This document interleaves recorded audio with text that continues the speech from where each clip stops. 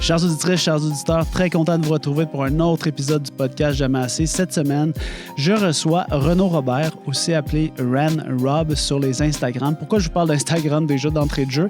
Eh bien, parce que Renaud est une personne qui travaille dans le domaine on va appeler ça des multimédias, mais dans la vidéo. Au final, il y a beaucoup de talent dans ce domaine-là et sa passion conjointe avec le vélo et justement la production vidéo l'amène à faire des contenus que je trouve très, très, très engageants, qui me font rêver parce que on parle d'une vidéo en particulier où est-ce qu'il a fait un voyage à Taïwan au trade show cycliste des manufacturiers qui faisaient dans le fond un trade show pour les fabricants de vélos. Donc vous allez voir, on parle de quoi? On parle de quoi dans cet épisode-là? C'est ça que vous voulez savoir, hein? On va parler d'accessibilité. Ça veut pas de l'air de partir pour ça, mais on parle d'accessibilité puis d'inclusivité dans le monde du vélo. Parce que dans le fond, Renaud m'a approché puis il m'a dit, écoute, on parle pas assez de ça. Le vélo, c'est un milieu trop fermé. On devrait faire attention à certains comportements. On devrait faire attention... On devrait porter une attention particulière à justement s'assurer qu'on est inclusif dans notre démarche puis qu'on permet aux gens qui débutent de leur donner un milieu important, un milieu en fait dédié pour apprendre à faire du vélo. Et donc ça fait partie aussi de la conversation, un projet que Renaud va lancer cette année. Je lui ai offert gracieusement mon aide. J'espère qu'on va réussir à mettre ça en place. Donc pour permettre aux gens, comme nous, hein, qu'on a tous été débutants dans le monde du vélo avant de devenir un peu plus expérimentés, on a eu l'aide de certaines personnes clés qui nous ont accompagnés. Puis je vous mets ça dans les oreilles parce que je pense que c'est un rôle que tout le monde peut jouer. Tout le monde peut jouer le rôle d'accompagner un ami qui se met au vélo, puis l'aider à choisir un premier vélo ou le référer à quelqu'un qui peut l'aider à choisir son premier vélo. Donc, j'ai trouvé que c'était un épisode inspirant pour repenser à notre rôle qu'on a en tant que cycliste passionné, qui a peut-être plus d'expérience, mais notre rôle dans démocratiser ce sport-là qui, parfois, effectivement, peut sembler élitiste de l'extérieur et l'est probablement dans certaines occasions. Et donc, j'ai trouvé très important cette conversation que j'ai eue avec Renaud. J'espère que vous allez apprécier. On parle de beaucoup de trucs, on parle de beaucoup de mythes. Si vous êtes un cycliste ou une cycliste débutante, vous allez voir, on fait la liste des choses, des mythes, on fait la liste des actions à prendre, des endroits où est-ce qu'on peut aller rouler quand on débute le vélo. On va vraiment essayer de vous donner des actions concrètes que vous pouvez faire pour vous mettre plus à l'aise, de réussir à dédier, par exemple, votre budget de manière plus adéquate lorsque vous vous équipez. T'sais. Pensez à certaines pièces d'équipement qui sont essentielles pour pouvoir profiter de son vélo. Donc, tout ça dans l'épisode avec Renaud Robert. J'espère que vous allez en tirer profit. Si vous êtes une personne qui débute, c'est certainement un épisode que vous voulez écouter. Et si vous êtes une personne qui a beaucoup d'expérience, c'est certainement aussi un épisode que vous voulez écouter simplement pour réfléchir puis avoir des trucs pour essayer de faire de ce sport-là une passion commune à travers tous ceux et celles qui veulent se mettre au vélo. Donc, sans plus tarder, je vous laisse avec l'entrevue.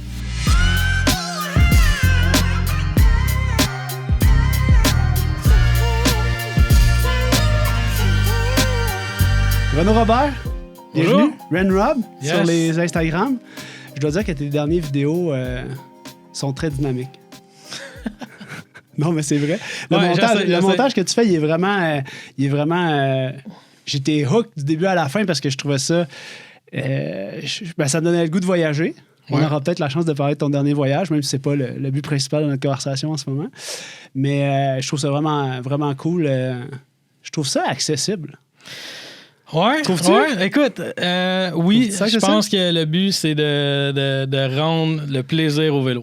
Ouais. Mon motto operandi, ça va être ça, faut que ça ait l'air le fun.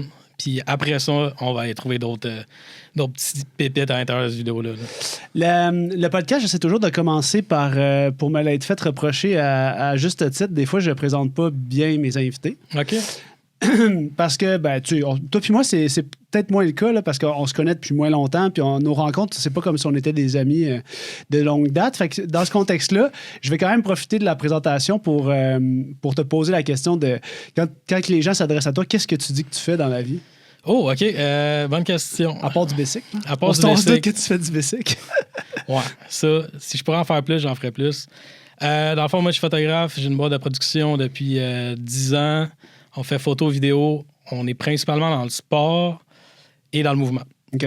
Si je peux shorter ça rapidement. Tes clients, ça ressemble tout le temps à mes clients que je pousse davantage va être justement tout ce qui est sport. Moi, je viens du ski, je viens du snowboard. Okay. J'ai travaillé 8 ans de temps dans une boutique de ski. J'ai passé 2 ans à l'Ouest canadien. Je ne vivais que pour l'hiver. Puis depuis que j'ai trouvé le vélo, je ne veux plus rien savoir de l'hiver. Ah, pour vrai? Tu n'as pas gardé ta passion pour ça? Ben écoute, ça m'a coûté 1 ACL en ski, 1 ACL en snow. Ouais. Fait que là, ça m'a refroidi un peu sur le truc. Après ça, j'ai découvert que le vélo, c'était bon pour les genoux.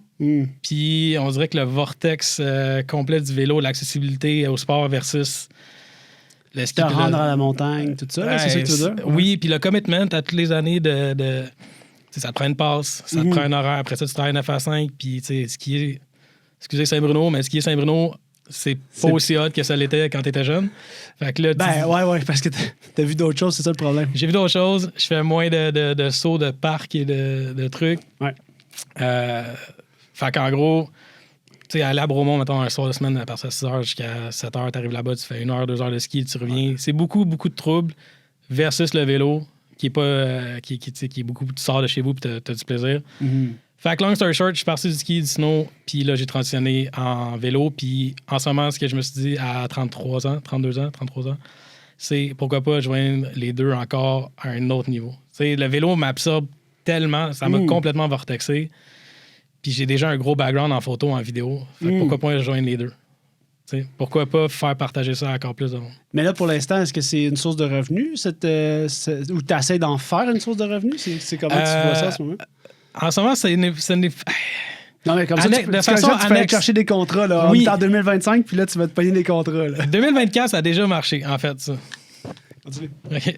Dans le fond, ça, comment dire, Renrob, le personnage, la personne sur Instagram, et puis là, est-ce que ça va avoir l'air pendant la façon parler de moi à la troisième personne? Ben non, mais il faut qu'il comprenne le personnage parce que c'est important. Moi, j'ai pas fait d'argent. Mais le fait que j'ai fait plein de vidéos, ça a amené des yeux sur William Renaud, sur mes capacités derrière la caméra à faire ça. Puis ça l'a transitionné à des clients qui ont payé pour que je leur fasse ce contenu-là. Ce qui m'apporte autant de joie parce que ça reste dans le domaine du vélo. Puis je fais exactement la même chose. Tu sais, il y a comme un espèce d'équilibre entre j'ai passé 10 ans, 15 ans derrière la caméra.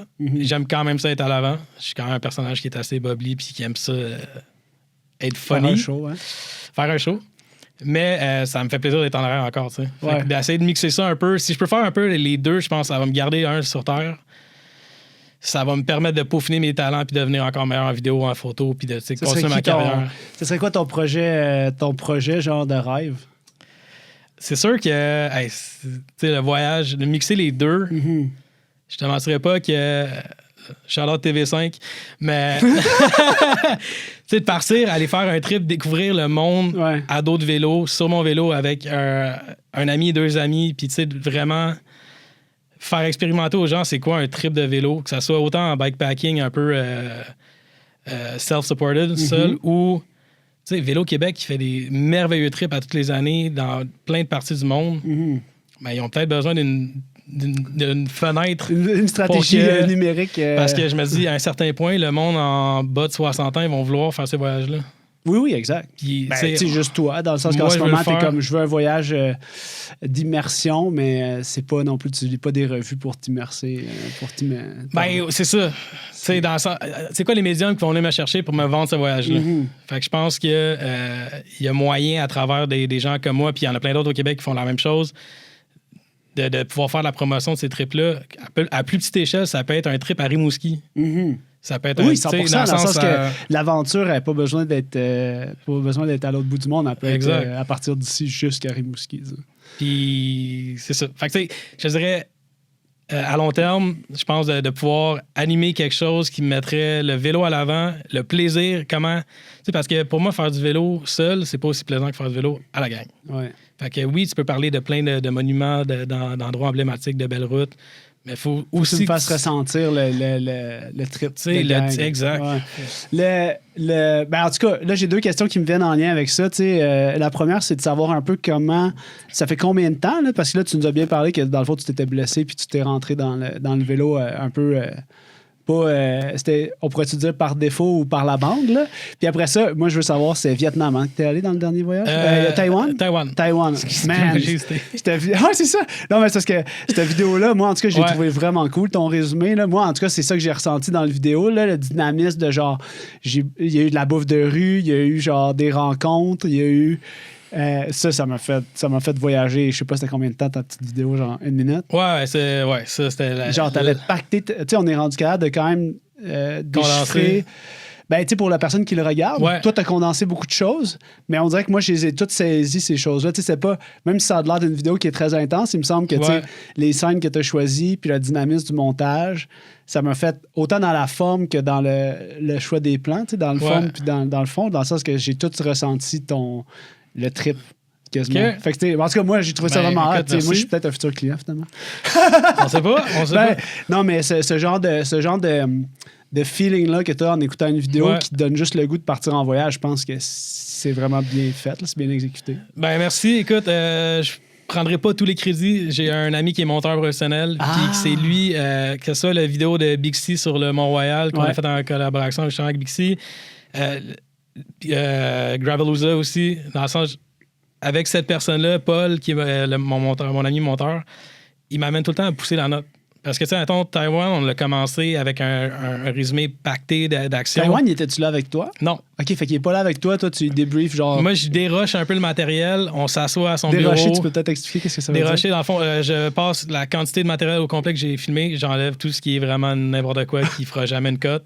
Puis après ça, je lui donne le résumé condensé des clips avec 5 à 10 de potentiel. Parce qu'encore une fois, j'ai appris avec lui que ce que pour moi n'a pas de potentiel, lui, il le voit, puis comme non, ça, c'est une transition incroyable. Okay. Ça va amener à ça. Ça, dans sa tête, il se fait un puzzle complet. Ouais. Tout ça pour dire qu'il m'amène tout le temps à pousser la note.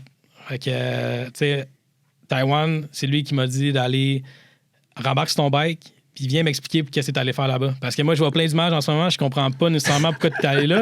Puis pour beaucoup de gens, il y a personne qui a compris. Tu sais, j'ai booké le trip en genre 2 semaines. Okay. C'est une autre histoire, là, qu'on n'embarquera pas là-dedans, mais c'était un peu impromptu comme trip. Puis là, il était comme, ben explique-moi pourquoi tu étais là-bas. Ouais. Fait que là, avec lui, OK. Fait que le lendemain, je suis reparti de chez nous pour me rendre à son bureau. J'ai allumé ma GoPro sur le bike. Puis là, j'étais comme, j'ai parlé tout seul en me promenant en vélo pendant 20 minutes. Ah oui, juste pour acheter un peu. Finalement, c'est un peu la trame narrative en arrière. Hein, c'est ça que je me rappelle en l'ayant vu. OK.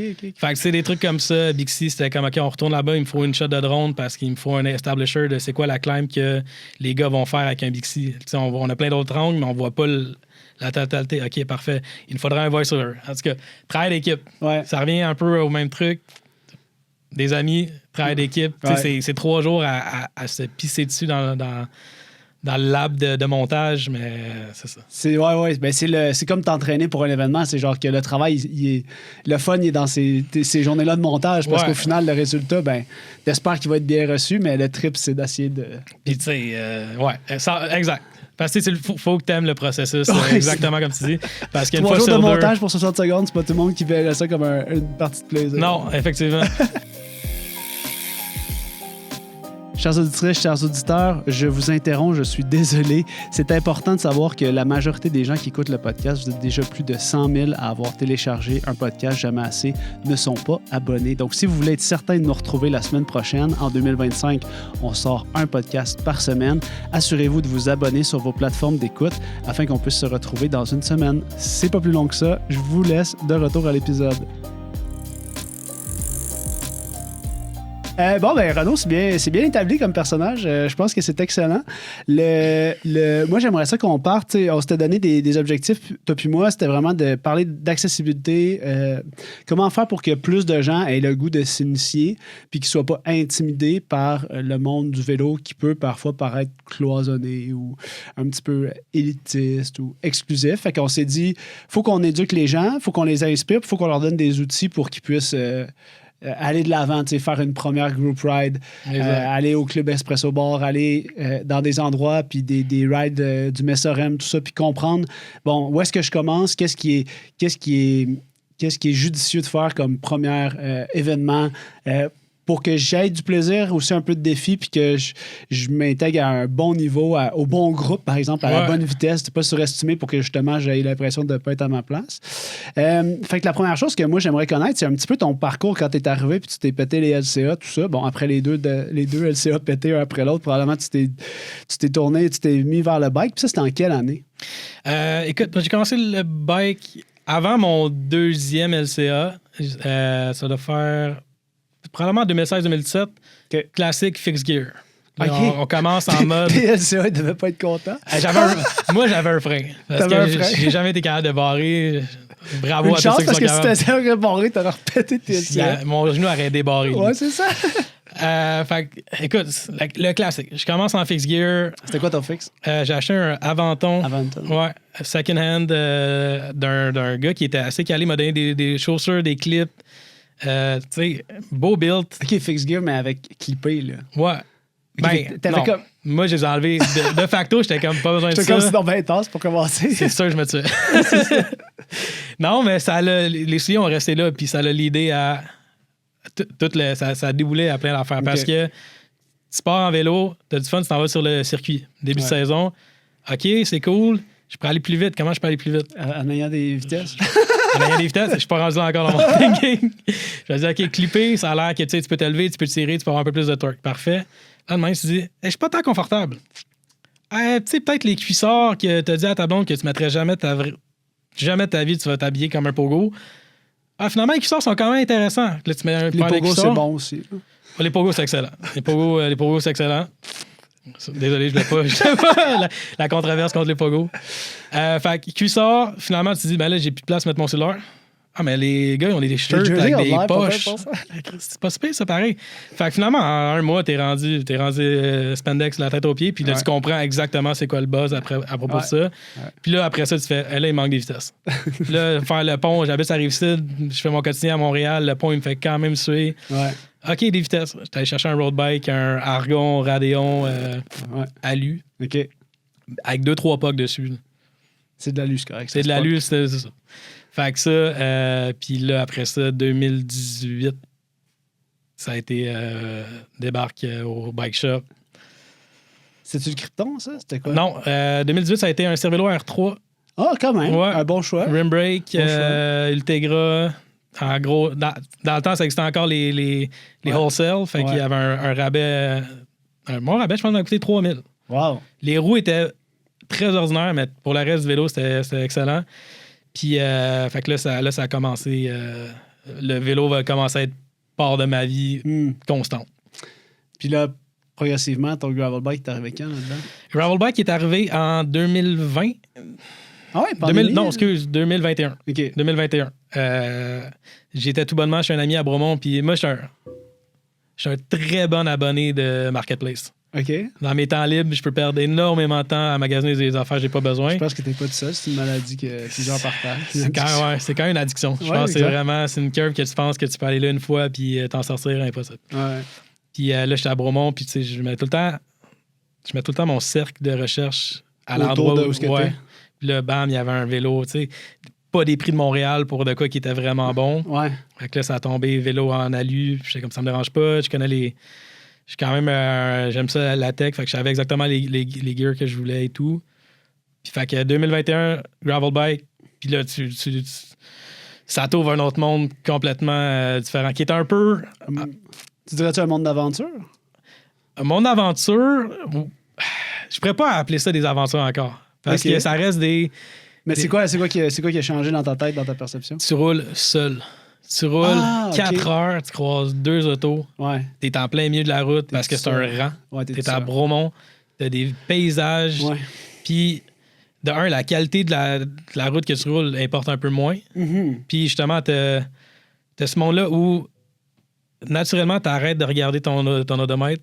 T'arrêtes de regarder la vitesse. Tu vas le refaire de temps en temps, mais de base, t'es là en mode, man, c'est malade ce que je fais en ce moment. Mm-hmm. Tout est beau, tu croises des vaches, tu croises des poulets, t'es dans des routes sinueuses. Pour moi, tout ce qui est estrie, je trouve ça magnifique. Plus tu te rapproches des lignes, plus autant c'est challengeant, autant que les paysages sont à couper le souffle. Fait que, je te dirais, le gravel est 50-50 dans ma vie en ce moment. Mm-hmm. C'est ça. Ouais. Puis pourquoi pas aventure dès le départ? C'est quand t'as fait le switch que tu pouvais, genre, mettons, voyager, raconter... plus récemment, mettons, les choses que tu as produites, justement, de contenu de voyage, là, si on veut.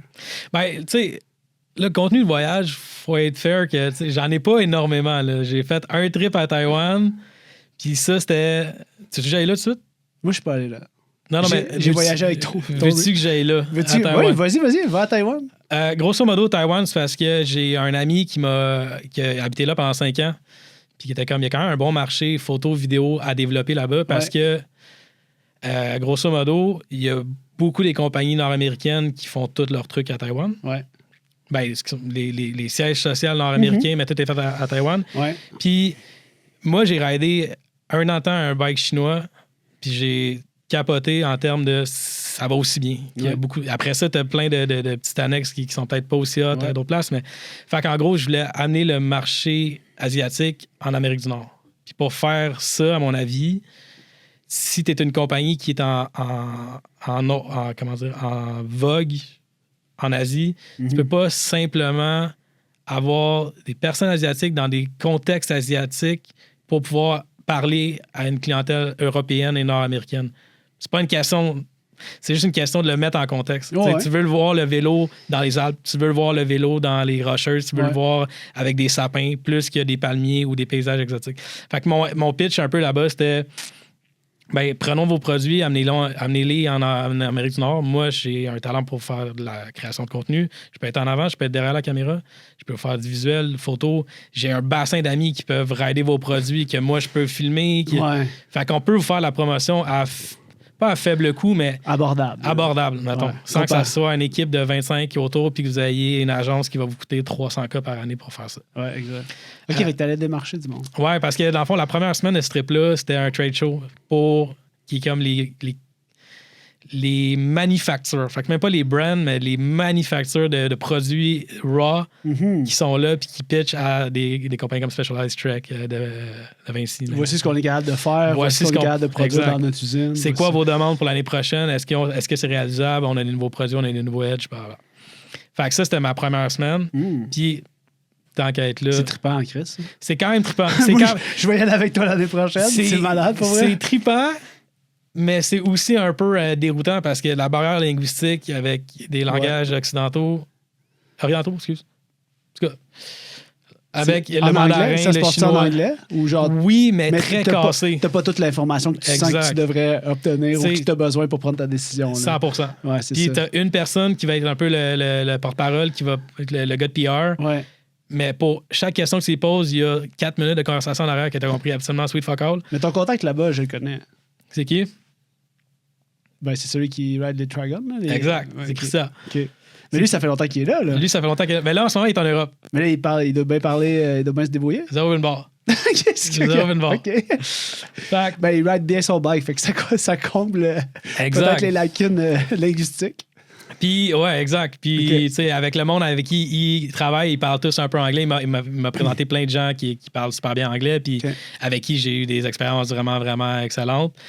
Fait que c'est ça. Fait que première semaine business, puis deuxième semaine, j'étais là. Trop souvent dans ma vie antérieure, j'étais en Australie, j'étais en Suisse, j'étais en Italie pour filmer du ski puis du snowboard.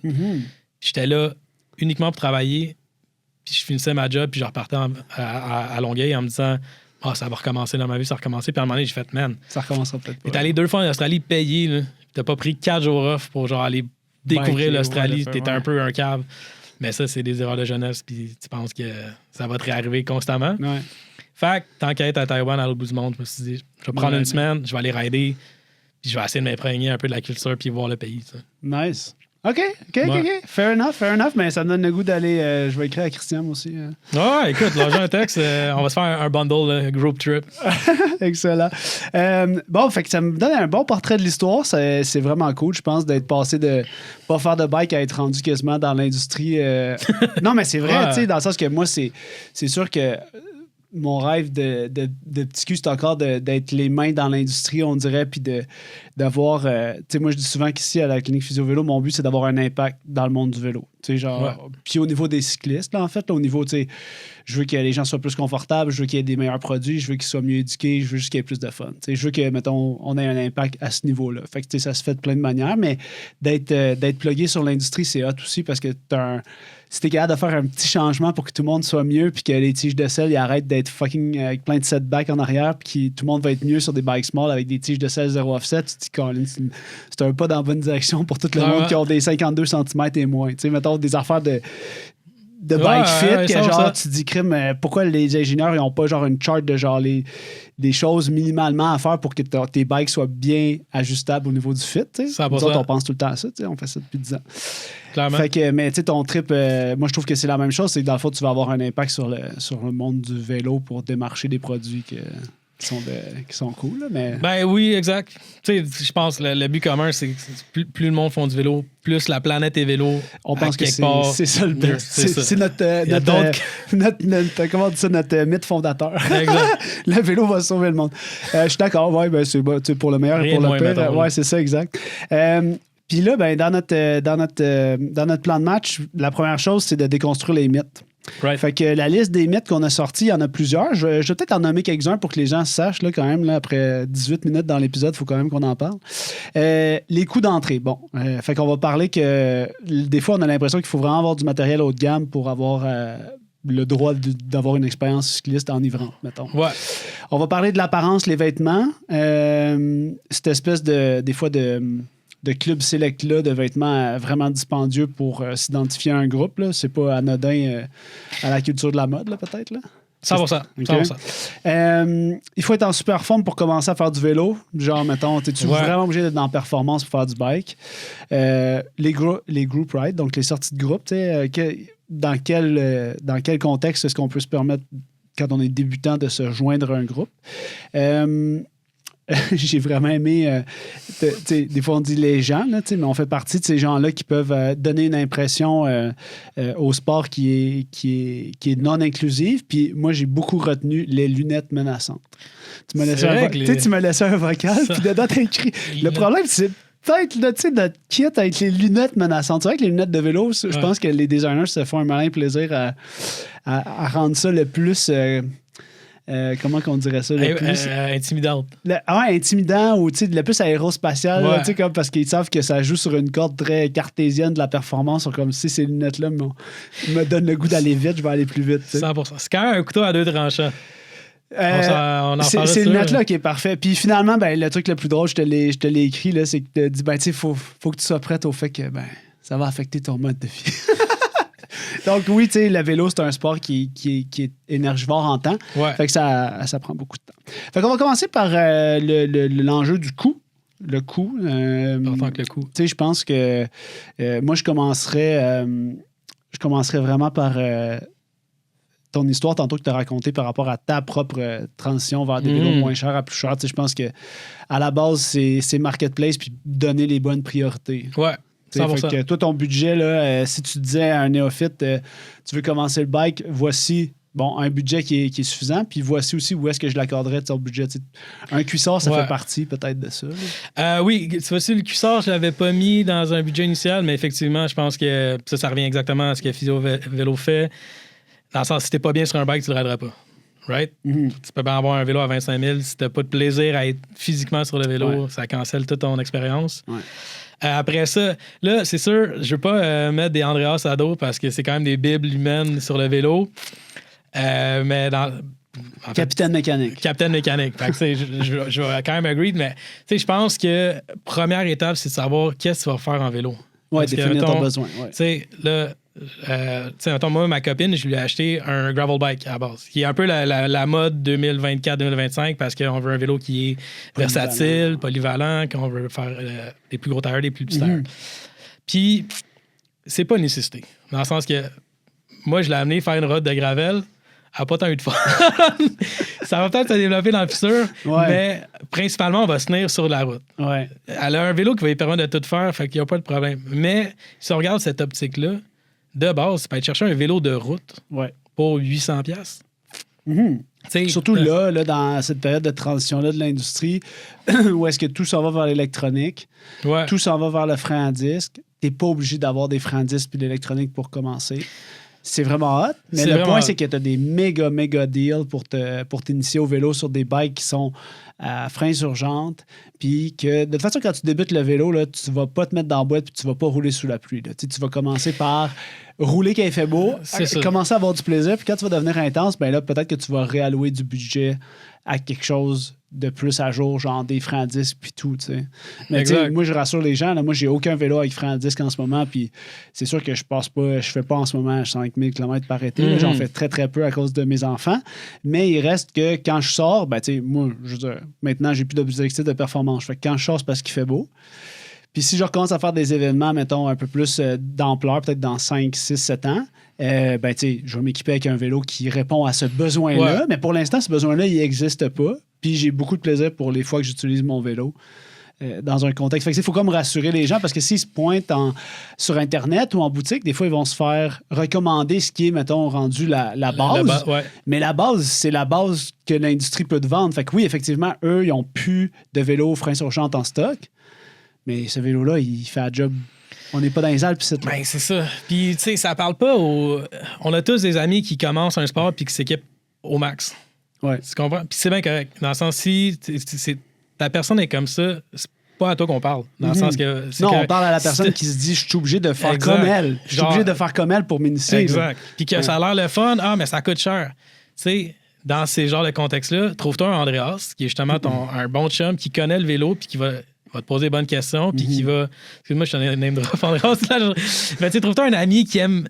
Moi, dans mon groupe d'amis, c'est moi. Le gars qui connaît ça, qui aime ça, parler de technicalité, puis de savoir, OK, mais si tu vas finir à faire des CH puis des CGV... Achète-toi un Cervélo R3, man. Achète-toi un Cervélo R3. Achète-toi un frame en alu, un Specialized Alley. Bien monté, man, incroyable bike. Tu verras jamais la différence. Puis si tu veux aller plus loin, là, on s'en reparle, mais ça va faire partie de ta transition de « Ah, ben là, le bike... » T'arrêtes de te vortexer un peu dans ce monde-là. Es-tu consentant? Est-ce que ça influence les paramètres de ta vie? Oui, c'est correct. Mais c'est une rampe. Ouais. Mais cette entrée de rampe-là, elle peut être vraiment moins dispendieuse. Puis tu vas avoir autant de fun. Parce que d'un, tu verras pas la grosse différence à base entre un bon bike puis un... Ben, c'est vrai. Entre un super bon bike puis un bon bike d'entrée de gamme. Exact. Puis... ça va te donner plus d'argent aussi pour acheter d'autres trucs, justement, ou un bike fit, ou un cuissard qui a de l'allure. Fait que, grosso modo, je pense d'acheter, pour t'initier au bike, d'avoir un ami qui connaît ça un peu, puis d'acheter un bon bike use. Après ça, composante. Faut que tu vérifies si tu vas sur une deuxième date puis que tu t'achètes vraiment un gros vélo. Dans le sens que nous, on fait ça quand on fait on appelle ça du speed dating de selle. Parce que quand les gens ils ont mal, ben là, il faut qu'on essaye plein de selles pour voir laquelle, comme c'est sûr qu'on mesure, on donne la largeur, on donne des formes. Puis là, on les essaye, puis on dit l'important là, en ce moment, c'est que tu les essayes, puis tu me dises, j'aurais-tu le goût de la réessayer? J'irais-tu sur une deuxième date avec ma nouvelle selle de vélo? La réponse, c'est oui, parfait, on va l'essayer, on va la rouler, puis tu vas trouver ton confort. Fait que pour moi, le marketplace, c'est achète-toi un premier vélo qui est peut-être pas ton vélo de rêve. Ouais.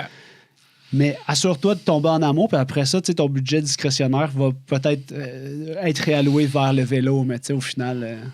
parce que si tu achètes un bike sur Marketplace, tu le revends un an après, ça t'a peut-être coûté 300$ faire du bike pendant un an.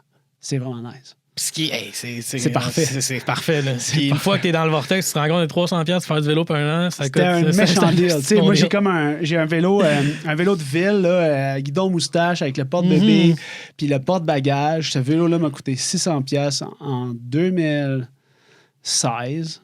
Puis c'est le vélo que j'utilise au quotidien qui me donne parce que je l'utilise au quotidien aussi, puis que j'ai jamais besoin de l'entretenir. C'est probablement mon vélo avec le plus, en ce moment, qui a le plus de bonheur associé parce qu'il est comme simple. Je le laisse tout le temps dehors. Il convient à mon déplacement de 3 km. Puis c'est un vélo parfait. Genre, il est exactement ce que j'ai de besoin. Puis ça peut être ça, faire du vélo aussi. C'est bien suffisant. C'est bien suffisant. Puis, ouais, exact. Parce qu'au même titre, dans un groupe d'amis, t'en as un qui consomme beaucoup, et qui est moi dans mon groupe, puis t'as tout le temps un autre chum qui lave son bike une fois par 5 ans, qui n'a jamais changé, mais qui a autant de fun en sortie avec toi. Là. Ouais, exact. Lui, il a acheté un bon bike, se pose pas la question si ça va le rendre meilleur, plus performant, whatever. Il veut juste faire du bike. Ouais, exact. Puis ça donne que finalement, il est en avant de tout le 3/4 du temps, puis il torche. Il a passé moins de temps sur Marketplace, il s'est entraîné. C'est ça, exact. Chers auditrices, chers auditeurs, je prends 30 secondes de votre temps pour simplement vous mentionner que si vous avez des douleurs présentement, peu importe la partie de votre corps qui vous empêche de bouger, qui vous empêche d'atteindre la performance, appelez-nous 450-486-3888 à la clinique Physio-Vélo. On offre de la physiothérapie sportive. On est formé, notre équipe de 7 physiothérapeutes est extrêmement compétente pour prendre en charge les sportifs et les sportives comme vous. Vous pouvez prendre aussi rendez-vous directement en ligne au physiovélo.com. Je vais mettre tous les liens dans la description sous le podcast. On vous attend en clinique et on est prêt à vous aider. Toi, c'est quoi les mythes, justement, que tu entends le plus souvent dans ces... C'est quoi les questions que tu dis « Ah non, man, t'es genre... T'es à côté de la track, c'est pas une question importante, ça. » Ou genre « Perds pas ton temps là-dessus. » Genre, c'est peut-être pas ça qui est nécessaire. En termes de vélo, en général, c'est plus que dans les boutiques, tu peux te faire justement recommander de quoi qui est peut-être above ce que tu as besoin à 100%. Ouais. Après ça, souvent, ce que j'entends, c'est au niveau des personnes sur le vélo, c'est juste que tout le monde a l'air fucking bon. T'sais, ils ont tous l'air trop bons. Le niveau de forme, tu ouais, genre, ouais. Moi, je peux pas commencer parce que tout le monde est bon. Là, ça, je suis d'accord. C'était ça mon prochain. Là, il faut être en super forme pour commencer. C'est ça. Mais tu sais, ça se loupe tout un peu parce que même avant de savoir physiquement si tu es en forme, c'est juste que tout le monde a l'air... On dirait que, en fait... c'est que ton radar, quand tu débutes en vélo, tu regardes juste le top monde en disant « je serai jamais comme eux autres ». Puis tous ceux qui vont passer à côté de toi, qui ont l'air de toi, tu les vois pas. Parce que c'est comme si les autres sont normales, fait que tu les vois pas au lieu de les apprécier, de faire « hey, il y a plein de monde comme moi ». Tu sais, avec ma copine qui s'est initiée au vélo beaucoup plus cet été, qui avait un peu ces craintes-là, puis j'étais comme « on va juste aller faire du vélo ». Point barre. Il n'y a pas de cancel ton matching de casque, de lunettes, de bas, on s'en sac, on s'en fait du vélo. Puis j'en ai croisé plein de filles comme elle, puis de gars comme elle, sur la route, avec ma copine. Elle les a jamais vus. Mais elle se souvient par contre des 2 personnes qui étaient 140 livres habillées en pas normal avec un bike à 22. En se disant ça, c'est mon standard. Puis j'étais comme. Je peux t'en nommer 6 qu'on a croisés, puis ces gens-là.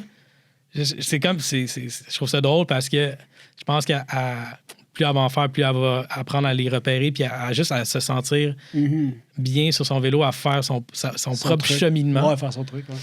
Puis je pense que c'est un peu ça le truc, c'est que de base, avant que le monde commence, c'est de faire OK, mais tout le monde a l'air pro.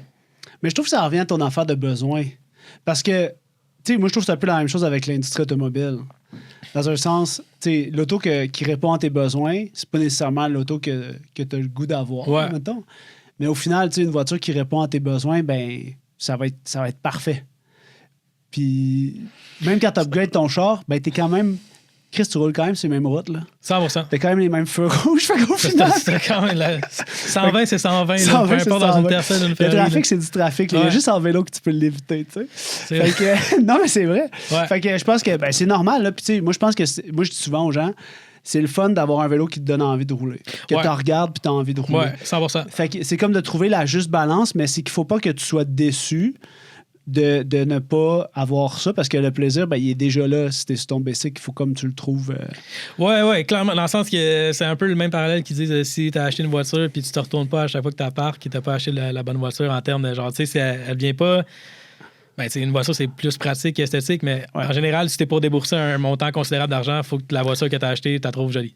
À un certain point. Pratique, mais aussi pas eaters. Ouais.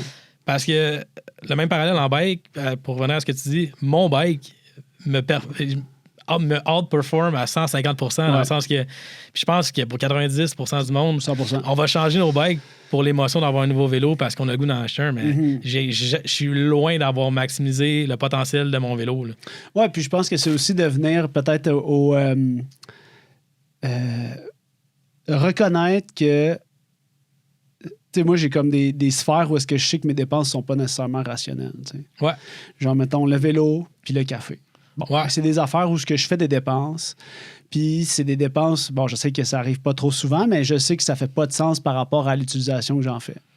choisir ton paint job sur ton vélo parce que, genre, il n'y a pas de justification cartésienne à ça. C'est bon. Fait qu'il faut juste qu'on reconnaisse ça aussi, que les gens qui trippent, comme toi, t'es un trippeur, mais t'as aussi le goût d'aider des débutants à ce que... Pas qu'ils deviennent comme toi, mais qu'au moins il y ait le même sentiment de s'accomplir à BC, peu importe leur vélo. Là, 100%. Puis comment... Toi, t'étais-tu en forme quand t'as commencé à faire du bike? J'étais en forme... T'étais un gars actif. Ouais, j'étais un gars actif. C'est dans le sens que je faisais du ski, du skate puis du snow, mais j'étais pas dans les performances. Est-ce que tu trouves qu'aujourd'hui, t'es dans la performance? Beaucoup plus. Ouais? Puis... T'es-tu allé trop dans ce segment-là? Moi, je parle souvent de ça parce que moi, j'ai vraiment exploré pas trop loin, mais genre, de ce j'ai déjà fait assez de performances pour plus avoir de plaisir. Fait que maintenant, tu sais, genre, j'ai touché à ça. Ouais. Fait que je me tiens plus proche de ça. Je comprends. Je suis comme devenu PTSD de cette période-là. Un athlète de triathlon, dans le fond.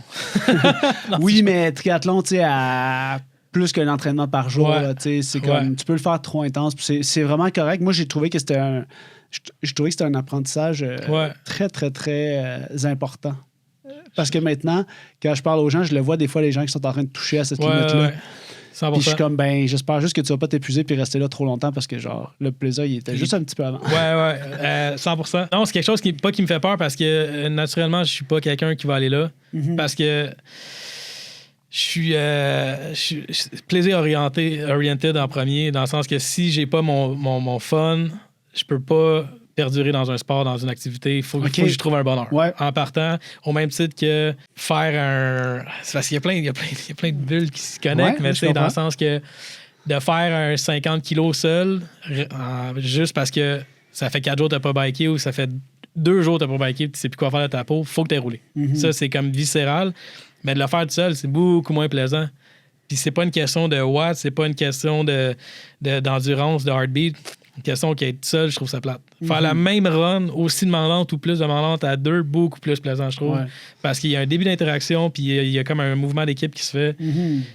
D'où la raison que de me pousser trop loin, naturellement, c'est pas dans mes cordes. Tu vas te pousser si tu as un groupe.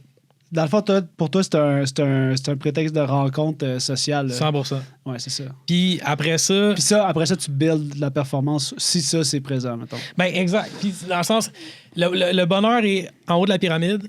Après ça, tu sais, mettons, quand je me suis fait opérer mon 2e ligament antérieur en 2023, janvier 2023, je me suis dit, OK, je me fais opérer. Mon médecin savait que ma saison de bike était extrêmement importante pour moi. Fait qu'elle me disait, je t'opère en janvier, 6 mois, c'est juillet. C'est pour commencer à biker un peu avant, tu sais, pas de clip nécessairement. Mais ton processus va marcher si tu fais une bonne récupération. Parfait. Coupe l'alcool. D'abord, tu sais, dans le sens que je buvais avant, j'ai jamais eu de problème, mais j'étais comme, OK, comment on maximise une récupération? L'alcool, en ce moment, ça va m'amener rien. Ça va peut-être me rendre un peu plus shaky dans des circonstances où faut pas que je le sois. Puis, training. En ce moment, c'est training. Pourquoi? Faire du vélo. Pas faire une compétition, juste faire du vélo. Ouais. Parce que ça va me tuer si je vois tout le monde sur mon sel en train de biker, je vais vouloir me gonner. Fait que j'ai arrêté l'alcool. Pendant 4 mois, c'est un 4 mois, bam. Puis tu reviens des fêtes. Fait que c'est en contrebalance déjà en partant. Puis après 4 mois, je me suis juste rendu compte, hey man, ça manque 0 puis une barre. Non seulement ça, il y a beaucoup de bières sans alcool qui existent à cette heure. Fait que ça me donne un feel incroyable à droite que je peux aller chercher.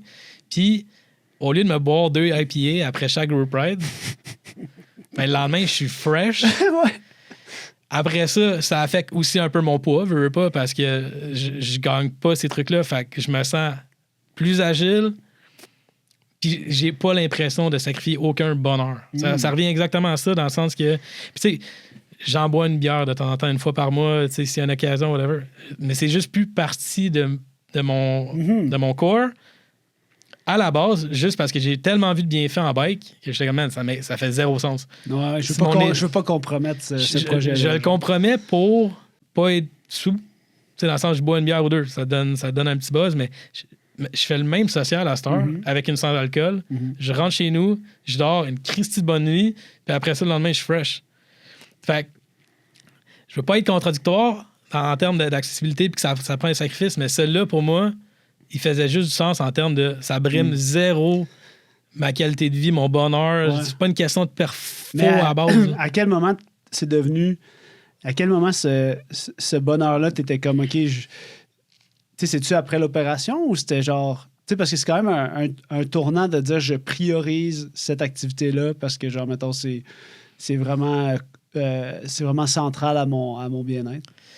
À quel moment c'est devenu... probablement 2020. Je te dirais... Parce que dans le fond, 2020, travail autonome, moi j'avais des contrats, bam. Pandémie est arrivée, ça a pris 2 semaines, j'étais flat bar, PCU. C'était... tu sais, jusqu'à septembre 2020, de mars à septembre, ça a été sec.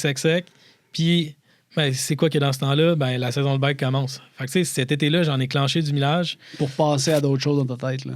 Juste parce qu'en plus, j'avais la chance, dans le sens que j'ai pas un auto de l'année, j'ai habité en appart, j'ai pas d'enfant. Mon coût de vie était pas super élevé, fait que j'avais pas besoin de stresser. Là. J'avais un bike, puis je pouvais biker. Fait que j'ai biké en masse. Puis je pense que ça a juste fait le taux d'endorphine que tu reçois. C'est insane. Puis je l'ai pas retrouvé ailleurs en termes de aller me rendre à quelque part, je peux le faire en bike. Tu sais, dans le sens, il y a plein d'autres sports que tu peux pratiquer le sport, mais le vélo peut littéralement faire partie intégrante de ta vie. Puis il y a plusieurs manières, en fait, tu sais, dans ton affaire, parce que je revois dans ma tête des images de ton commute. Là. Je sais pas trop, récemment, tu as mis des images de ton commute, puis c'est vrai que le vélo, tu peux le faire à plein de sauces. Tu sais, dans le sens que ton vélo, tu peux le faire lentement pour revenir d'un souper. Tu peux le faire avec un Bixi. Tu peux le faire avec un Bixi électrique si tu n'as pas le goût de monter à Côte-Berry. Tu peux... Tu sais, fait que finalement, il y a plein de saveurs au vélo qui sont le fun puis qui sont toutes différentes un peu. Fait qu'au final, c'est comme probablement l'un des sports avec, mettons, marcher puis courir qui est genre le plus accessible. Puis, tu sais, oui, de un. Puis de deux, meilleur exemple, c'est cet été... T'as un saying qui dit le vélo t'offre la liberté qu'un automobile te promet. J'ai vu ça sur une pub. C'est genre... puis j'étais comme... C'est insane comme quote. Parce que c'est exactement ça. Ils te vendent un char en disant sa liberté. Finalement, il y a plein de places où tu peux pas aller qu'en bike. Tu peux te promener partout. C'est drôle que tu parles de ça parce que moi, je trouve que c'est... Si je repense à mon enfance, mettons, tu sais, les soirs de semaine, je sais pas, t'as une montre, là, puis là, tes parents disent « Faut que tu reviennes à 8 heures. » Il n'y a pas de téléphone, là. Tu partais avec ta montre, puis tu pouvais t'en aller où ce que tu voulais, avec ton bicycle, puis tu revenais à 8 heures. Puis ton chemin, il va prendre le même temps, tu sais, à moins qu'il y ait un accident. Non, mais je veux dire, la liberté, c'était ça. C'est encore ça aujourd'hui, dans le sens que tu prends ton bike, il y a je sais pas, il y a un travaux, là, tu vas de l'autre bord, puis genre... C'est vrai, c'est vraiment une bonne quote. Tu sais, dans le sens, on est allé en Bixi cet été avec ma copine, justement. Juste parce qu'on habite à Longueuil, fait qu'il faut que tu ailles à Montréal. Quand on veut aller à Montréal, c'est nécessairement, si on prend autobus, métro, on est à 2 km du pont. Ça va nous prendre 1h30. Puis là, je suis comme. Le vélo, c'est tout le temps le plus vite. Là. Puis on est rendu avec 2 stations à côté de la maison. Fait que j'étais comme, on prend 2 électriques, on s'en va à Montréal. On force pas. On force pas. On est là en 20 minutes. Puis là, on peut faire ce qu'on veut. Pas de parking à trouver. Puis si on décide qu'on est écœuré dans le Vieux-Port puis qu'on veut remonter au plateau, t'as pas besoin de prendre ton char, essayer de le reparquer, repayer un autre 20$. C'est genre, on embarque sur un Bixi, dans 15 minutes, on est là. C'est quoi ton texte sur les infrastructures? Ben, ça s'améliore. Je sais pas comment... J'ai pas tant... Je suis pas allé en Europe pour rouler, voir c'était quoi le next level.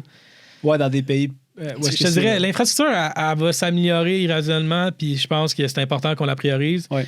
Le take, après ça, c'est les personnes qui sont volants d'une voiture motorisée. Ouais. Je pense que c'est là l'espèce d'adaptation que la route est faite pour un auto et non pour un vélo, puis que les vélos, ils empruntent la route. Tu sais, à voyager justement un peu dans le monde, même pas sur un vélo, mais tu te rends compte juste que il y a tellement de règles différentes puis de façons de voir les choses différentes à travers le monde que la mentalité nord-américaine du vélo... Ça dépend du contexte dans lequel tu le pratiques. C'est un hot take, là, mais dans le sens... Puis c'est sûr que je m'attends pas à ce qu'il y ait bien du monde qui n'ont pas de vélo, qui écoutent ce podcast-là, qui fait ça. C'est vrai qu'il amène un point. Mais c'est... 3/4 du monde qui ont des bikes à 10 000, tu penses qu'ils n'ont pas un char. On les paye nos taxes, on a le char, puis on le roule avec, puis on... Je sais pas. Non, mais c'est un faux débat qu'on n'a pas besoin. C'est pas un débat d'idées, là, dans le sens que c'est sûr que tu enlèves des places de parking, t'enlèves des... Mais au final, c'est parce que le bien collectif commun, il est plus grand quand t'as du monde qui font du transport actif, même au niveau économique. Fait qu'au final... Puis tu sais, à la limite, je pourrais comprendre quelqu'un qui a, je sais pas, une 50aine d'années puis qui a vu toute cette transition-là arriver. C'est vraiment intense, ben oui. Ça, c'est très intense. Puis je peux croire que tu as été brimé dans genre l'aisance que tu avais avant de te déplacer avec ton véhicule, de te parquer à Montréal qui n'existe plus. Exact. Mais si tu as 30 ans et moins, whatever, tu décides de t'installer à Montréal en ce moment, allume-le. Ben, ton paradigme il est différent, sûrement. Dans le sens qu'idéalement, c'est que tu déménages à Montréal parce que c'est ce rythme de vie-là que tu recherches. Tu recherches. Effectivement. Tu recherches de ne pas prendre ton auto, pretty much. Exact. C'est un deal que tu fais avec Montréal. C'est ça. Va-t'en à Verdun si tu veux prendre ton auto. Dans le sens, si tu es dans le cœur de Montréal, tu sais que c'est pas fait pour un auto. Exact. Mais non, je suis. Est-ce que pour toi, le vélo de route, c'est un sport qui est dangereux? Je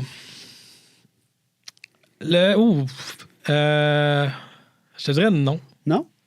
Moi, c'est quoi comment dire, as-tu déjà eu des moments où est-ce que close call, genre, ou tu sais, c'est quoi tes habitudes, toi, qui font que tu te sens sécuritaire à vélo? Parce que je t'ai vu rouler dans des vidéos puis tout, puis tu sais, je pense que de rouler en milieu urbain, c'est un exercice de mindfulness en soi, là. 100%. Tu sais, dans le sens que si t'es capable de rouler en ville puis d'anticiper puis de c'est quoi tes...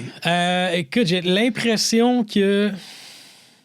T'as une progression aussi entre ce que tu faisais comme move et ce que tu fais maintenant, ou ce que tu prends pas comme risque que tu prenais? Ou... Ben, je pense qu'il y a une base. Il y a comme une base aventurière un peu intrépide que dans le vélo, je pense que la seconde que tu embarques sur un vélo, either you got it or you don't. Dans le sens que si tu es quelqu'un qui est naturellement un peu plus craintif, tu vas l'être autant en automobile, dans un armure autour de toi. Ouais. Tu vas avoir un peu les mêmes réflexes qu'en vélo. Après ça, je pense que n'importe quel cycliste, ça doit être absolument aux aguets 24/7. Puis ça se développe aussi un peu. Mais tu sais, la question en vélo, oui, c'est d'être vu, mais c'est surtout que toi, tu vois tout le monde. Parce que même si tu comptes sur toi-même. T'as même beau avoir un Garmin dans le dos qui te dit qu'il y a un char qui s'en vient, tu sais, dans le sens, lui, même si ça y flash orange, toi, il faut que tu le saches. Ah, exact. Fait que si t'es au courant de ça, tu sais, moi, je le vois, tu sais, à la limite, en ville, je vois ça un peu comme un playground. Là. Ça reste... Tu sais, je vais être moins stressé en ville que sur le bord de la 112, sur une voie d'accotement, mettons. Oui, 100% d'accord avec toi. Parce que le milieu est plus contrôlé. Tu sais, dans le sens qu'à Montréal, tu sais que t'es un peu le roi dans cette ville-là en vélo. Tu peux être...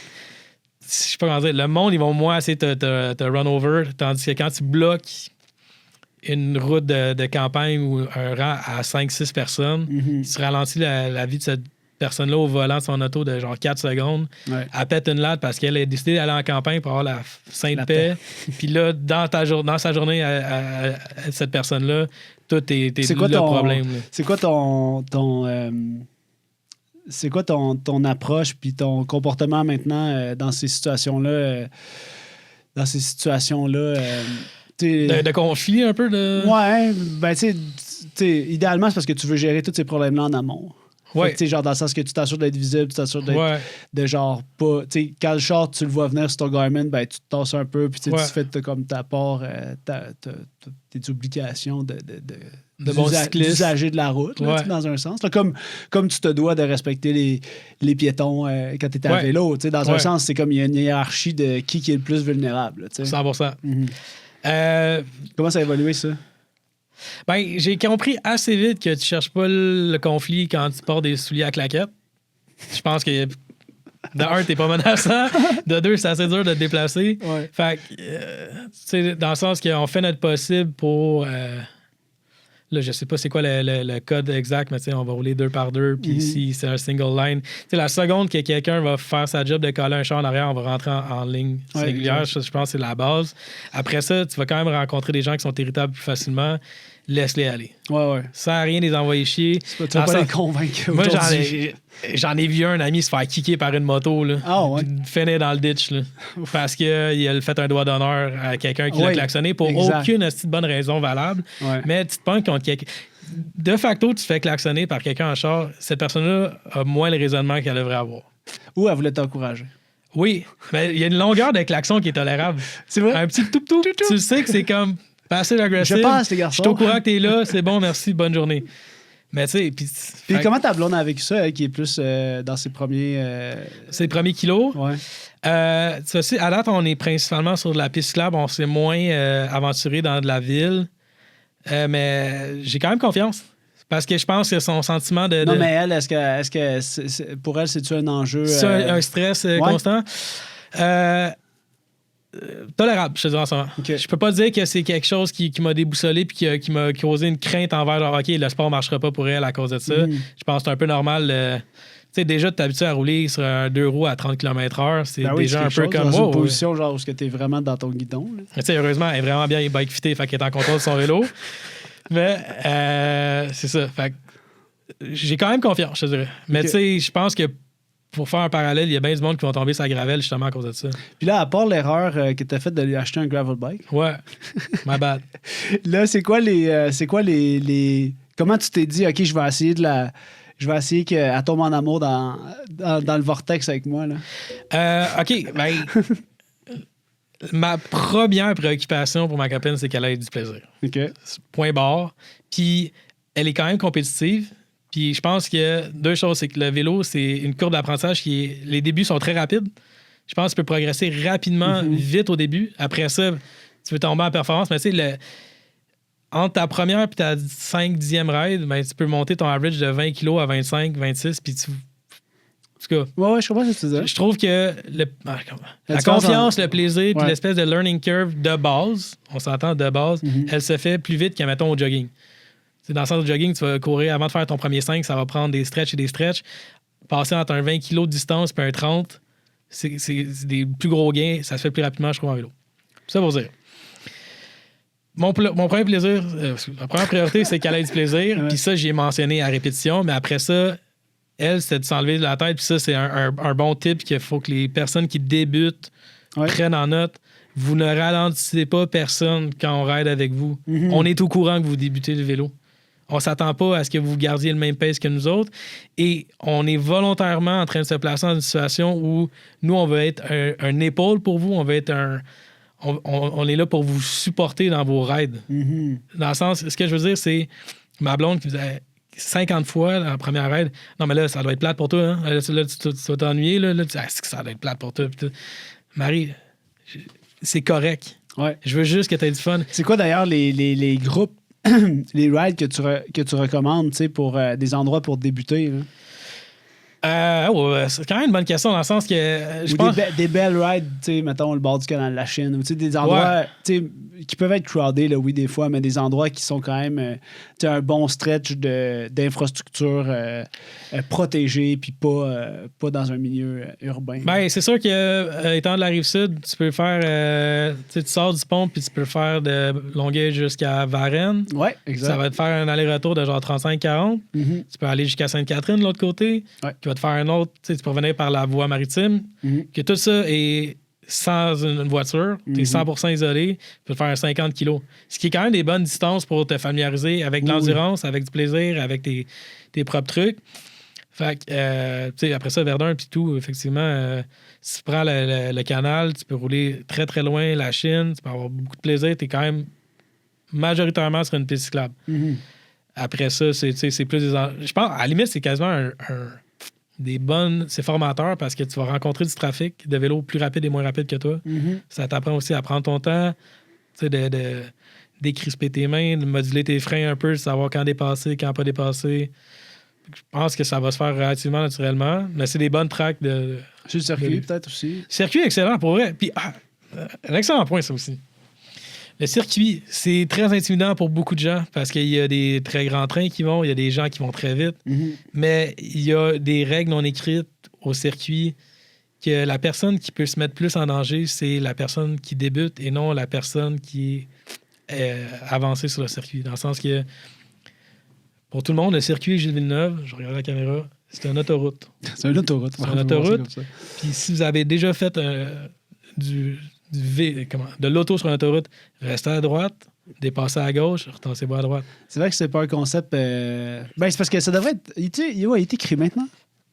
Sur le circuit, je pense qu'ils ont racheté une pancarte un peu qui explique exactement ça. Au final, je veux dire, c'est sûr que ces circuits-là fermés vont être le lieu d'expression de la performance. Puis c'est sûr que c'est un endroit qui est sécuritaire pour le faire. Mais si tous les usagers sont au courant de c'est quoi, justement, c'est vrai que ça, c'est important.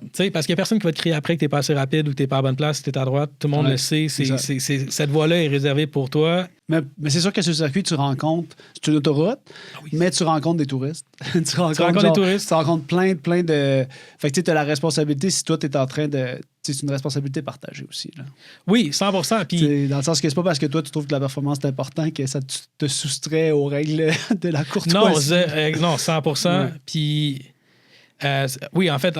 En tant que personne qui va plus vite au circuit, c'est un peu ta job aussi d'éduquer les gens de façon non agressive, de faire « Hey guys, on reste à droite », pas des envoyer chier parce qu'ils sont pas à bonne place. Exact. Parce qu'il y a aussi un facteur qui est... Parce que je pense que ça nuit à tout le monde. 100%. Au final, on veut que ce soit plus accessible. La première chose qu'il faut que tu fasses, c'est te demander qu'est-ce que toi, tu pourrais faire pour que ça devienne plus accessible individuellement. Puis tu as déjà été là. Même si tu étais un athlète né, dans le sens que tu es parti à droite, à quelque part, puis à un moment donné, tu as eu la confiance de rentrer dans un train à 10 personnes que tu connais pas, puis limite, c'est écrit plus dangereux ce bord-là qu'à droite. Puis tu sais, il y a l'espèce de différence qu'il faut un peu associer, je pense, au début, entre la peur et le sursaut, la surprise. Souvent, tu roules, quelqu'un qui va te dépasser à gauche, tu vas être terrorisé juste parce que tu l'as pas entendu venir. Ouais. Lui, il t'a vu venir. Pour lui, tu es pratiquement statique. Il faut juste gérer un peu cette... tu sais, quand tu dépasses des gens en vélo avec un hub en arrière qui fait un bruit de AK-47, ben, ces gens-là, ils ont peur. Juste parce qu'ils ont été surpris. Ouais. Puis ils s'imaginent que tu roulais 350 km à côté d'eux autres, puis que tu les as frôlés à ça de les tuer. Ouais. Puis t'es comme, non, c'est juste, l'élément de surprise était là, puis j'ai arrêté de pédaler en vous passant, mon free hub est engagé, ça a fait un bruit incroyable, puis ça vous a surprise. Mais un peu le même feeling en bike de genre, respect. Faut que tu sois mollo sur un bike. Là. C'est un peu un bridge qui va nulle part, là, mais... Non, mais je comprends ce que tu veux dire. Moi, je pense, c'est surtout que la responsabilité, il faut qu'elle soit... La responsabilité est individuelle avant d'être collective, là, dans le sens que, avant de reprocher quoi que ce soit à tout le monde, je veux dire, on peut se regarder puis essayer de s'améliorer justement pour que ce soit genre, on projette. Tout le monde a la responsabilité de tous les cyclistes sur ses épaules. Là. 100%. Toi, si tu fais une niaiserie, ben, je suis peut-être le prochain cycliste qui va être rencontré par cet usager de la route-là, puis moi, il va me trouver crissement cave à cause de quelqu'un précédemment. Oui, absolument. Qui a pas agi comme 100%. Mais je trouve qu'à la base, c'est que s'il y a des infrastructures en place qui donnent de la sécurité aux gens, ben au final, c'est comme plus de gens qui font du vélo, fait que plus d'usagers de la route qui ont fait du vélo, fait que au final, c'est... 100%.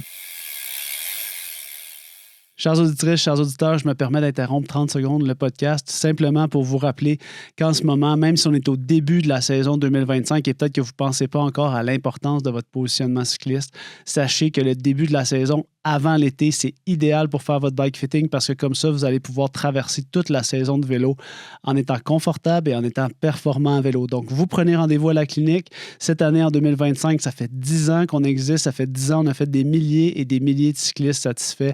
450-486-3888, vous nous appelez à la clinique ou vous visitez le physiovélo.com pour prendre votre rendez-vous directement afin d'être confortable et performant à vélo. Puis à quel moment tu es allé sur la montagne pour la première fois? Oh, excellente question. Probablement de premier bike. Ouais? Ouais. Extrêmement souffrant. C'est extrêmement souffrant. Pour ceux mettons, qui veulent l'essayer là, en 2025 pour la première fois, ben le dimanche. Oui. OK. Tu veux-tu parler un peu de ça? Cyclovia. Raconte-nous ta première montée, puis raconte-nous Cyclovia. Première montée, ben écoute, je te dirais, entre la première en ce moment puis celle d'il y a un mois, c'est le même feeling. Ouais? Un peu. Ça fait aussi mal. Ça fait aussi mal. Ça va juste plus vite. C'est juste que ton cerveau, il a développé une petite endorphine à la fin, puis t'es comme... Hey, le buzz va être bon, fait qu'on y va. Le buzz, il est bon, puis c'est pas une frustration, c'est juste un effort que t'as le goût de faire. Mm-hmm. C'est un peu, tu sais, je pense... C'est un choix. Tu sais, apprendre à climber, ça s'apprend. Mm-hmm. Parce qu'à moins que tu sois naturellement extrêmement bon à climber, il y a une partie de toi à un moment donné, puis je peux pas te dire c'est quand le chiffre dans mes 6 dernières années où ça a fait « Ah non, un autre climb. Ah, yeah, un autre climb. » Même si t'es toasté, tu sais que tu vas rouler à 8 km/h, mais tu vas te rendre en haut pareil. Ça va juste être plus long. C'est correct, t'acceptes ça. Avec les dimanches. Les dimanches, Cyclovia, de 7h à midi. Si je me trompe pas. J'aurais dit peut-être même 6, mais c'est grosso modo ça. Puis là, je pense qu'il travaille pour faire... une journée quasiment complète. Ça serait excellent. Kamlien-Hood fermé aux automobiles. C'est la meilleure place pour t'entraîner à monter. Kamlien-Hood, c'est... quand même tough. Là. C'est quand même tough. C'est une côte à pic. Là. C'est une côte à pic. C'est un excellent workout. Ouais. ça va aussi t'apprendre... En fait, je pense qu'il faut que tu l'expérimentes une fois pour savoir est-ce que c'est horrible puis ça va te marquer ou c'est normal que c'est horrible, mais t'es tellement content de l'avoir fait après que ça change complètement la donne. Dans le sens... j'en prends encore un peu ma copine. Quand je l'ai amenée en gravel, je pensais avoir choisi une route relativement flat. T'es allé où? À Dunham. OK. C'était genre un 40-400. J'étais comme, c'est pas super. Sauf que dans le premier 2 kilos, on avait fait 80 d'élévation. Oups. Pas warm-up. Puis là, sa première impression de gravel, c'est ça. Ouais. Puis, grosso modo, elle était un peu dans un endroit un peu plus dark pendant les 20 premiers kilos. Puis à un moment donné, j'étais comme, regarde autour de toi, là. Check ça. Puis. Je suis désolé d'avoir choisi cette trail. Oui, moi, je me sentais que j'étais comme, on peut revirer de bord, je vais en trouver une autre. Il y a pas trop, regarde. Faut pas que ça te marque, mais à la fin de cette ride-là, qu'on a fait à son rythme, puis on a pris les pauses qu'il fallait, était comme. C'était insane. C'est juste que j'ai été cloudé un peu au début parce que je voyais le challenge, puis je me convainquais moi-même que j'étais pas capable. Puis. Finalement, ben, tu sais, à chaque climb que tu as fait, tu es vraiment content. Puis tu te rends compte que c'était un 30 secondes d'inconfort, mais finalement, c'était vraiment un inconfort ou c'était juste de quoi que j'avais jamais découvert? Puis finalement, j'aime quand même ça, me mettre dans ces zones-là. Ouais, exact. Puis, tu sais, c'était un peu le palier avec la perfo, dans le sens que, tu sais, moi, elle me répète constamment, je vais pas faire ça des 100 km. Là. Quand vous me dites que vous faites des 100K, moi, ça me parle zéro. Ça faisait partie de l'échange qu'on a eu pour préparer cet épisode-là, parce que dans un sens, c'est juste que ton buzz, toi, maintenant, tu l'as. Tu as besoin de plus pour l'atteindre un peu. Fait que, tu sais, la performance, c'est-tu vraiment un objectif de performance ou c'est parce que le plaisir il est au bout de plus long de vélo, tu sais? C'est ça. Ouais. Ça revient pour moi, c'est... Plus long de vélo, ça veut dire aussi 8 heures avec des amis. C'est 8 heures à avoir les paysages, tu sais, parce que 8 heures sur le circuit Villeneuve, ça me tente pas. Je pense pas que je vais trouver beaucoup de plaisir là-dedans. Ouais. Mais 8 heures en Estrie, 8 heures au Vermont, aller faire J-Peak, ben là, tu te rends compte, man, la qualité du béton est exceptionnelle, les paysages sont beaux, les chums avec qui t'es là, c'est des mémoires, c'est des core memories pour moi qui se construisent à chaque fin de semaine. C'est un peu ça. Puis pour des débutants, il y a aussi l'aspect, je pense, tu parles de ces destinations-là là, qui sont un petit peu comme, je sais pas moi, 1 heure et demie de Montréal. Je pense qu'il y a tout l'aspect aussi... j'ai juste le mot foodies en tête, mais tu sais, dans le sens que c'est un bon prétexte de genre aller quelque part. J'écoutais l'entrevue du gars de Messorem avec Sur 2 roues là, avec Jean-Philippe, puis le gars il disait, nous on a commencé ces affaires-là parce que genre on faisait juste genre je sais pas faire genre 130 kilos, aller prendre une bière puis revenir parce qu'on voulait goûter à cette bière-là. Genre. Ouais. Fait que j'étais comme, tu sais, au pire tu t'en vas quelque part, tu te dis moi je vais aller à ce café-là manger genre tel truc puis on revient après, c'est malade. Là, je pense que c'est pour vrai. C'est un peu un attrape-nigo, mais qui est parfait. Ben, en même temps, c'est un voyage. C'est genre une aventure en soi. C'est rare que tu veux dire, je vais faire du sport, puis on en fait un genre de voyage d'une journée. Ouais. Mais oui. T'as l'impression d'avoir voyagé. Là. Si tu rides la Rive-Sud jusqu'à Sorel, moi, je raconte souvent cette histoire-là qu'on faisait ça quand on était jeunes, quand on voulait être crazy. On partait à 16-17 ans, puis on allait à Sorel manger un spaghette, puis on revenait. Ça n'avait pas rapport, on était bunké parce qu'on mangeait juste un spaghette dans le milieu avec des bidons remplis d'eau, genre. Wow. Mais tu sais, je veux dire, puis on partait sur les rangs, genre, qui traversent vers Cher puis Contrecœur. Puis, tu sais, on croisait pas grand monde. On était vraiment pas undertrained, mais on était vraiment naïfs, tu sais, genre, sûrement que, je sais pas, je pense que j'avais un des premiers cellulaires, là, tu sais, un petit peu plus archaïque, puis genre, pas de bouffe, genre, pas d'outils, genre. Tu y pensais même pas. On y pensait même pas que ça pouvait arriver. On était juste comme, tabarnak, on est sauté à la fin. Qu'est-ce qui se passe? Comment ça que c'est top de même? On devait genre plus d'énergie. Genre, avec un load de pâtes. Là, juste un gros menton de pâtes dans ton ventre. Mais tu sais, ça, c'est des aventures que je vais me rappeler toute ma vie. Là. Même si t'es bunké, c'est comme ça la partie de l'aventure. Là. Ben oui. Puis tu sais, à plus petite échelle, juste... d'aller prendre une crème à la glace à 40 kilos de chez vous, à 20 kilos, 30 kilos. C'est parfait. C'est pour vrai, c'est un excellent point parce que d'associer, genre, tu sais, souvent, sur l'île des Sœurs, il y a Mamie Clafoutis où il y a une petite pâtisserie. Ouais. Puis ils ont des immenses affaires complètement décadents. Puis à chaque fois que j'envoyais une photo en avant, t'es genre, wow, c'est dommage que je regarde. On va là on va là en bike. C'est simple, là, on s'en va là. Tu veux le manger, on n'ira pas en char, ça va prendre 3 heures, ça va être plate. Ça va se faire un petit même pas un workout, même pas le point. Là, c'est juste genre, on va se faire du fun, on va faire ça, puis on va revenir. C'est juste ça, parce que le workout, il va venir s'il vient avec ton amour du bike puis ton désir de peut-être t'améliorer. T'es jamais obligé de t'entraîner. Je pense pas. Non, ça moi, dans mon vibe, ça l'a jamais été un truc sur ta checklist, genre. Il est rentré à un moment donné. Ouais. Tu sais, une fois que tu as atteint un certain fitness, t'es comme OK, mais la barre est pas si loin avec l'autre ou j'ai un chum que j'aimerais ça dropper l'été prochain. Fait que là, tu fais des sacrifices en fonction. Ou t'as proposé un projet, genre que là, t'es comme, ouais, ça c'est. Ça va me prendre un peu de base. Faut que je me fasse un petit peu de volume parce que, genre, ça va être long. Mais tu sais, c'est tout venu graduellement. Puis, tu sais, je suis pas encore, mettons, en train de peser ma bouffe ou de faire. Tu sais, d'être super strict. Je pense qu'il y a une petite base qui me dit si je vais avoir un bel été, faut que je m'entraîne au gym parce que mon corps, mettons, il vieillit. Je suis en position de crevette pendant 8 heures. Fait qu'à un moment donné, il faut que tu lui donnes les sports. Mais je suis prêt à le faire parce que le plaisir, ça va m'amener en vélo sans être dans un. Puis, tu sais, il n'y a rien de mal, c'est dans un club. Si tu as des gros goals l'été prochain, c'est bien correct. Moi, j'en ai même pas. À part. Non, c'est juste qu'il faut comme normaliser le fait que toutes les pratiques sont légitimes, puis, genre, surtout, disons, pas complètes, mais tu sais, sont suffisantes en elle-même. Là. Oui, 100%. Tu sais, dans un sens, au final, que ce soit le vélo ou d'autres choses, faut que le plaisir, ce soit le genre de fondation à ta pratique. Là.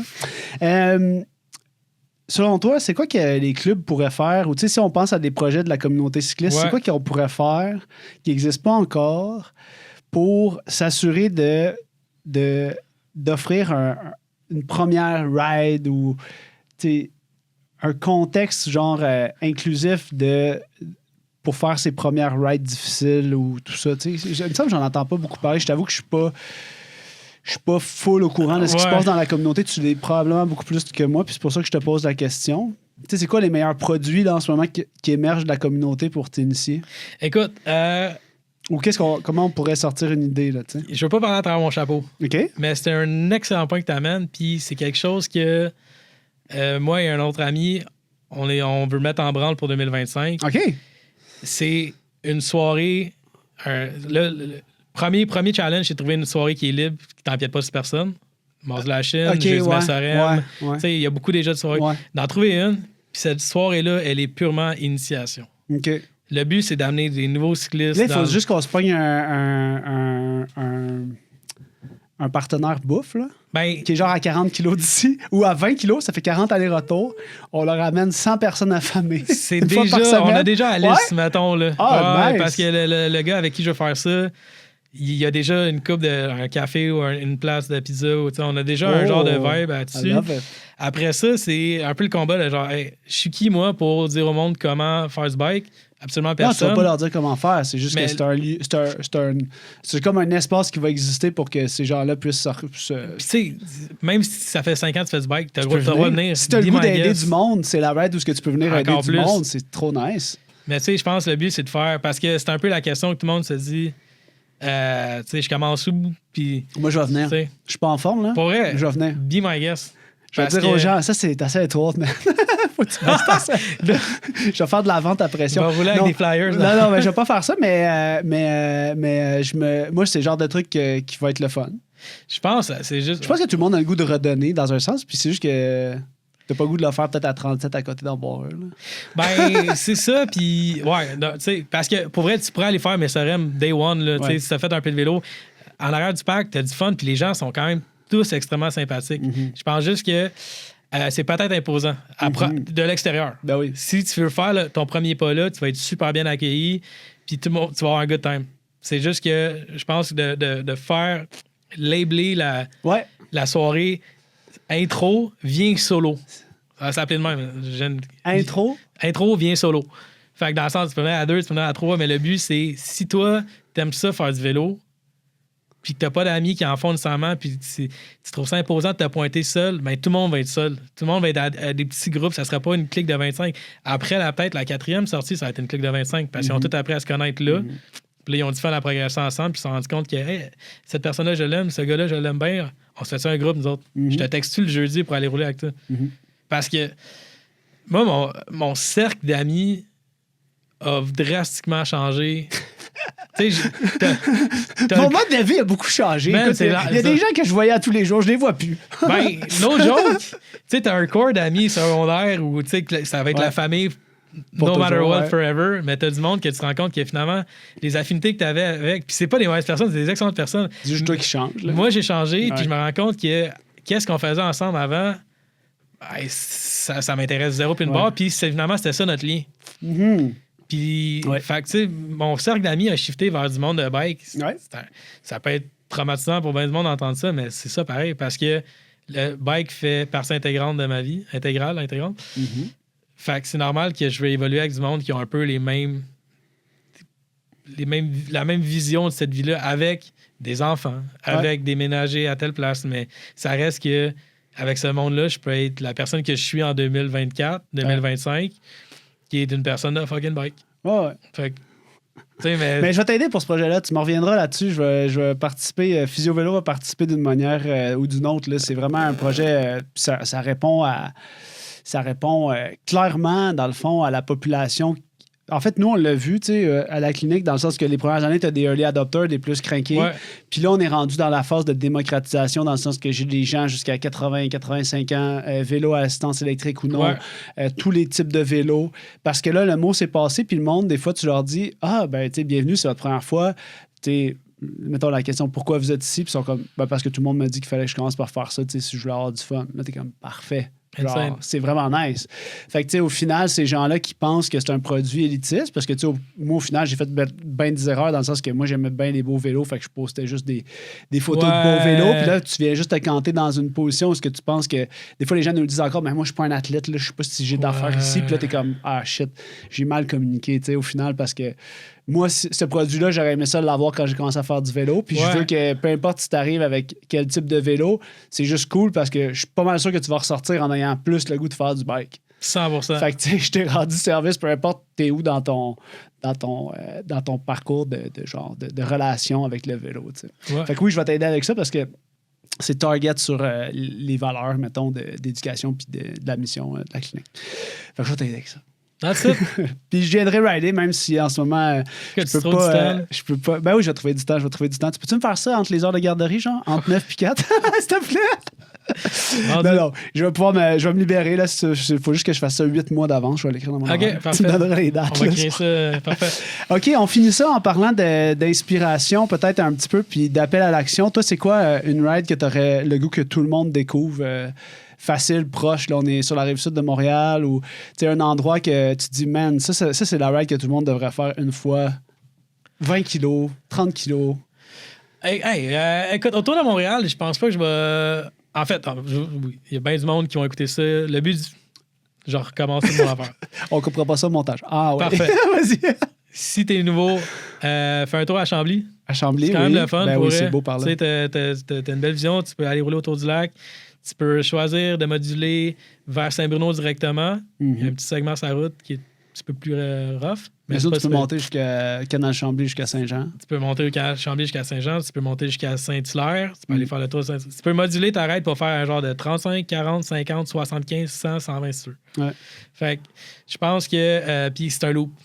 Ouais. Je pense que c'est plus intéressant pour beaucoup de gens de faire des loops que des allers-retours. Que de repasser à la même place. Je pense que ça diminue un peu l'effet de longueur de vélo. Ouais. Parce que tu repasses à la même place. Exact. Je suis d'accord avec toi. Ok, je te dirais ce loop-là.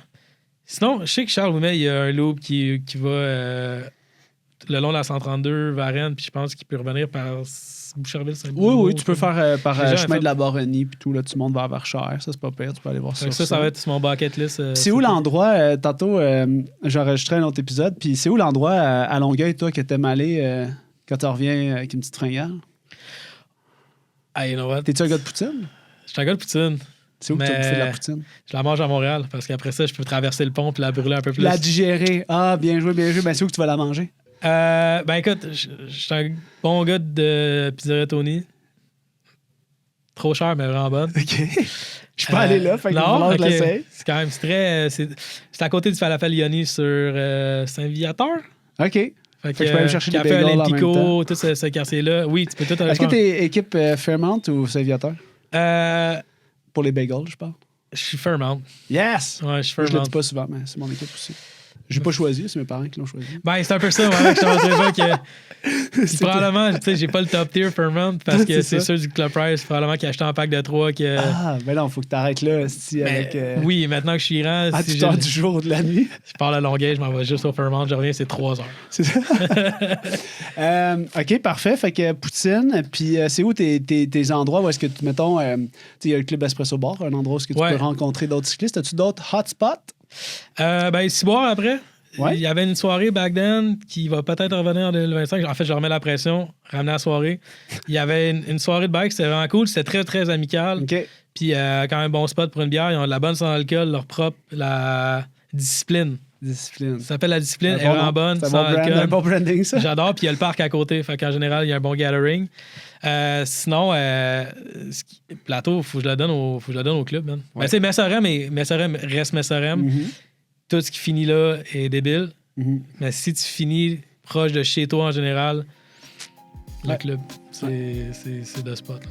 Hey, merci, Renaud. C'était bien le fun. Ça me donne le goût de...